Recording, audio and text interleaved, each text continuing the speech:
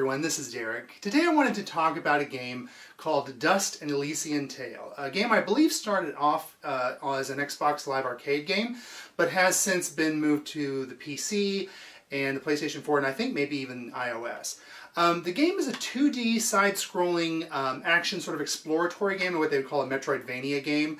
I always kind of think of that just as a Metroid game because when I think of Castlevania personally, I think of the NES game, Super NES, that's kind of what I played, but that's generally what the genre is called. So it's a game where you are exploring the world and you will have certain areas that are cut off to you until you can unlock, whether it's an item that will get you through a door or a special ability that will let you go to an area that you otherwise weren't able to reach. And so it's kind of wrapped up with a lot of exploration, a lot of action, and the game has a really interesting art style. It really looks in a lot of ways like a Disney cartoon of sorts. I mean, it's very cartoony, it's very colorful, very beautiful, beautifully drawn and rendered game.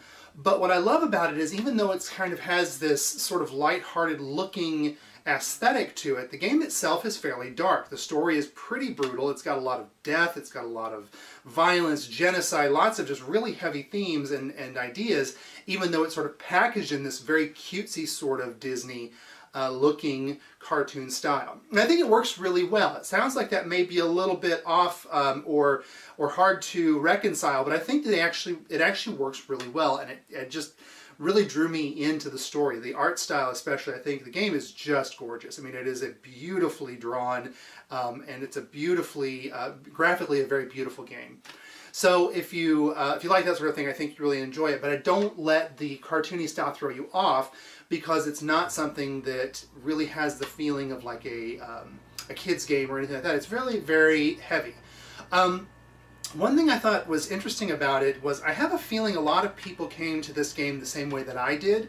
I got it from PlayStation Plus when I first got my PlayStation 4. So I kind of got into it for a little bit just to see what it was like, and then I never really went back to it because I had just gotten the PlayStation 4. I had other games that were sort of drawing my attention, things I've been looking forward to playing, and I just didn't really spend a lot of time with it. And I have a feeling that other people have done the same thing because when I look at the trophies and the percentage of who has completed which trophies, it's extremely low. I mean, even just finishing the first boss of the game is like a rare trophy. And so I think for a lot of people, looking at that is also going to be something that may throw you off. It may make you think, well, this game can't be very good if people aren't even getting that far in it. But I think you really should give it a chance because I had a great time with this game. I thought it was really fun. I thought that the gameplay, the art style, and everything was really, really compelling. The story was good and interesting and had some fun twists and turns and things. It was just, I think overall, an astoundingly good, solid game that'll take you 10 or 11 hours. I finished it over a weekend and it was just perfect for that type of game. If you're looking for a game that you can kind of knock out in a weekend, it's great for that.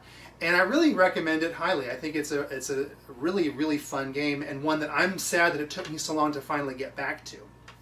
So let's talk a little bit about the game and how it's played and structured and everything. In the game you play as a character named Dust, who is this little rabbit dude, and he wakes up at the beginning of the game without a memory, which is a little cliche, I know, but we'll let it slide. And he meets this sword. There's a sword that he wakes up next to that starts talking to him. Now, personally, I really liked that because whenever I was playing Dungeons & Dragons back in junior high, we always had talking swords. Talking swords were just something that I remember was just kind of a cool thing, and a lot of times we had talking weapons, and it just the idea of that was appealing to me then, and it's still appealing to me now. So I liked that personally, although that may be a little bit more of an individual taste thing than general, but still, you have this sword that talks to you and sets you out on this quest. Along with the sword is the character of Fidget, and Fidget is a little flying fox-looking bat thing. She's called a Nimbat in the game. And she is the guardian of the sword. And so she's a little bit bothered by the fact that you're taking this sword and going off on this quest because she's the one that's supposed to be keeping it safe. But she gets roped into your story and into your quest as well. And I have to say with Fidget, she is one of my favorite characters and probably one of, if not the cutest character I've ever seen in a video game. And I like things that are cute. I have an affinity for cuteness. but she is absolutely adorable. And a lot of that credit, I think, for that goes to not just her art style and animation, which is adorable, but the voice acting. And the voice acting in this game, pretty much across the board, is really outstanding. It's really well done. And Fidget's voice is just absolutely so charming and so adorable. And the character, I just love her. And I think anybody that plays this game is going to fall in love with the character of Fidget. So you go off and you get wrapped into this story about this army that's going through and trying to take out this race of people and create this mass genocide, and you get all sucked into this and this village and families and all these things. Kind of your standard fare as far as questing goes. You will have they have little side quests and things that you can do for different villagers, going collecting items and, you know, saving a kid who's gotten trapped in a cave and things like that are pretty straightforward. But the storyline itself, the overarching story, is pretty interesting, and like I said, does have some really interesting twists and turns in it. But even so, I think that this type of game, the gameplay is what really matters. The gameplay is what really is going to make or break this style of game, and in that sense, this game is, I think, very good. It is, like I said, it's a 2D, side-scrolling platform action game. You are carrying around that sword that talks to you and use that as a weapon, so it is a melee-based attacking, fighting game. The thing, you have your sort of general attacks on using the square button, and then you also have what I believe, if I can remember right, they called it a dust storm, something like that, where you basically will hold up the sword and spin it around, and it sort of creates this vortex, and anything that falls into it, is going to get destroyed. The thing about that is, though, you can only use that for a certain amount of time before it starts damaging you. When the tutorial first told me about that, I was a little bit skeptical because I generally am not crazy about attacks that cost you health. I always most of the time in games, I just won't use them because I never can quite find the right balance for that, to sacrifice health. But luckily in this game, you actually can use it for quite a while before it damages you, and you will get some warnings. So you'll start flashing red and stuff, and you'll realize that it's time to stop before anything happens. So it's really a very useful and a very important attack that you can use a lot without worrying about it, even though if you do just hold that button down forever, it will eventually cause you some damage. In addition to that, you can also use the square and the circle, or sorry, the square and the triangle button for combos. So if you are not just holding down that triangle button, you can use it to do different kinds of combos and attack enemies. And as you attack enemies and you build up your combo meter, you will also build up your magic meter. And the magic meter is what you will use to use Fidget's magic. Now, Fidget follows you around, kind of flying over your shoulder the whole time. You don't directly control her, she's just sort of there. But whenever you use your magic abilities, it comes from her. So it's really Fidget's magical abilities. And that will build up as you do combos, as well as you'll also use that same meter to dodge. So you'll have to use that as sort of a stamina / magic meter that you'll use for that. But it fills up really quickly. It's very rare, unless you're in a boss fight or something kind of unusual is happening, that you'll run out for a long time. You may run out, but then you can build it back up pretty quickly. So that's kind of nice. It never really felt like something you were having to micromanage, which I liked. And Fidget's magic is actually really a lot of fun. She has a couple of different spells that you'll unlock throughout the game. And for the most part, a lot of them aren't super powerful. With some exceptions, but when you shoot her magic and then you hold that triangle button to do the dust storm thing, it will also enhance her magic. So what initially starts off as just a little bit of sort of magic missiles kind of thing shooting out will then fill up the whole screen and attack everything on there once you combine it with that. So that's a lot of what you're going to be doing, is kind of shooting that out and then building up that magic, but not holding it too long because you don't want to take damage, and then comboing back and forth. And it makes the combat in the game kind of flow in a fun way. It doesn't really feel like you're just constantly pushing the same button. I mean, you are going to be hammering on that square button quite a bit, but it still feels pretty exciting, especially when you start getting big mobs, and that does happen a lot. There are a lot of enemies that will come at you in these big clumps, as well as some enemies that can block and that have armor and different things. You have to attack them from certain areas. Another ability that you have is also a parry, and there are certain enemies that have to be killed with using the parry. Because otherwise they'll sort of block everything that you throw at them if you don't parry them. So there are some things that sort of jazz up the combat quite a bit. So I think it's a lot of fun, and it doesn't really feel like a button. It's just a straight button masher.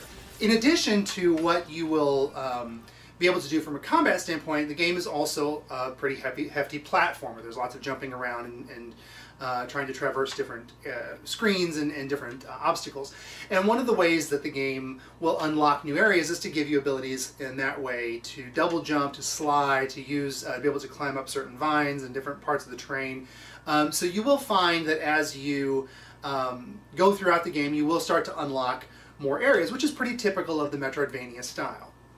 One thing I did like about this game, though, I mean, one of the common complaints about Metroidvania style games is that you will have to always go back and backtrack to areas that you've been before. Now this game absolutely has that. So if that's something you just hate, I guess I shouldn't say that it doesn't force you to do it for the most part. I mean, there are a little bit of that, but not a ton. But if you want to go and find a lot of the items or the secrets, or if, you'll see areas that has some sort of area that you can't get to just yet, and then you'll unlock the ability that will let you get back there. So you might want to go back to see what you can uncover. If you don't care about that and you just want to go straight through the story, you probably can do that without a lot of backtracking.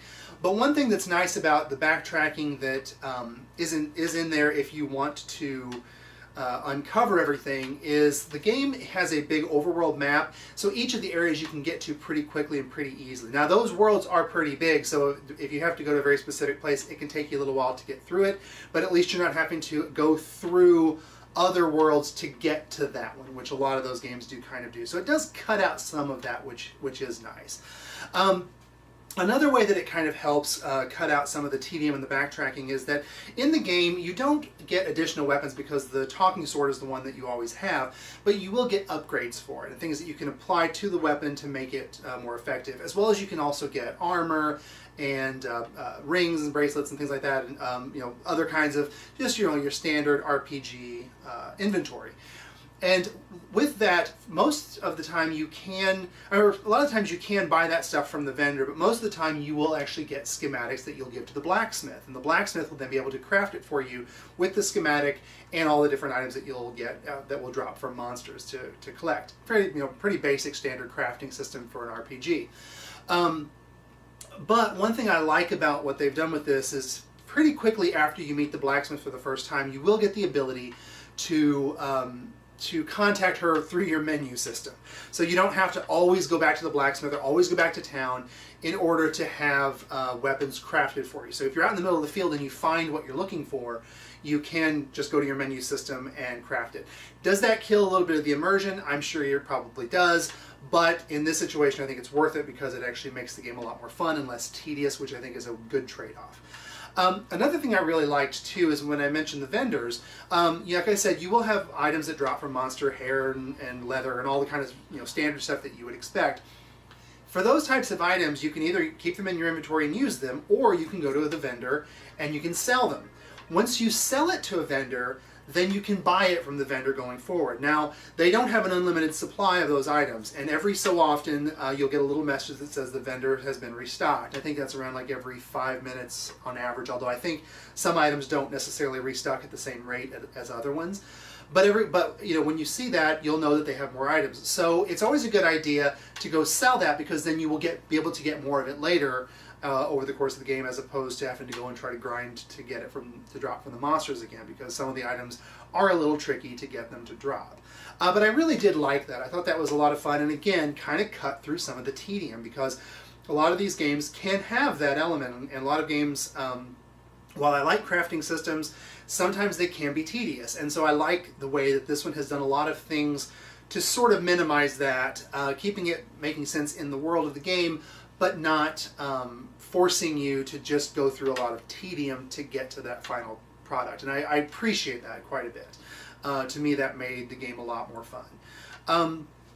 So overall, I mean, I think that's kind of pretty much covering everything. It's a fairly straightforward game, like I said, as far as the genre. It fits just beautifully into that. So if you know what a Metroidvania style game is, you know what this game is.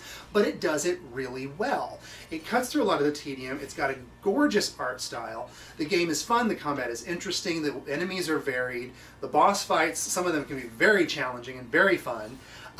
One thing that also too, as you will level up your character and you can improve certain abilities. One thing that I thought was kind of interesting about that is that you always have to have your top ability always can be no more than 4 points away from your lowest. So it sort of forces you to sort of upgrade everything.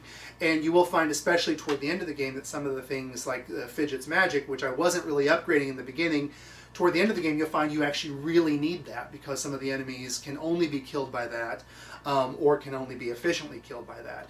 So it really does kind of keep you from doing that, which again helps from the tedium, because you're not going to find yourself in a position where, oh my gosh, I've under leveled this particular trait. Now I'm going to have to go back and grind for 1,000 levels to get enough points to fill that up, because it's going to be no more than 4 points from what your top one is at any time.